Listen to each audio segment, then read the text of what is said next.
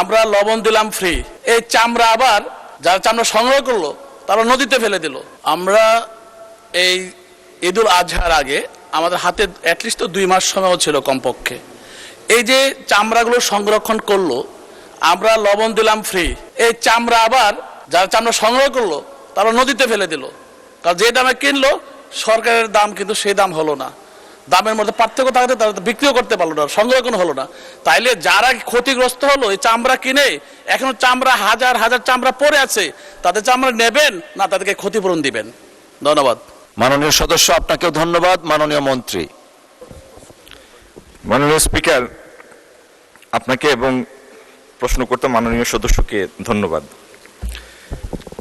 আপনার উদ্বেগকে আমি আমলে নিচ্ছি, কিন্তু মাননীয় স্পিকার, একটা জিনিস বুঝতে হবে, সরকার যে চামড়ার মূল্যটা নির্ধারণ করে দেয় সেটি হচ্ছে সংরক্ষিত চামড়ার মূল্য, যেটি লবণ মাখানো চামড়া।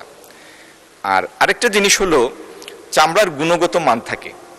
পশুর গা থেকে চামড়া খুলে নেওয়ার সময় সেটা যদি স্কিলফুলি করা হয় সেটার একরকম প্রাইস থাকে।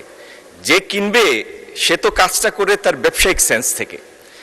আর পশুর চামড়ার মধ্যে গরুর চামড়ার যেরকম কদর আছে, মার্কেটে চাহিদা আছে, শুধু ব্ল্যাক বেঙ্গল গোট ছাড়া অন্য ছাগলের চামড়ার সেরকম বাজারে সেরকম চাহিদা নাই।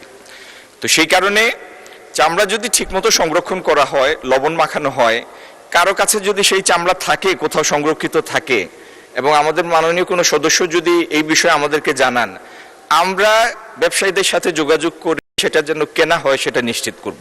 ধন্যবাদ।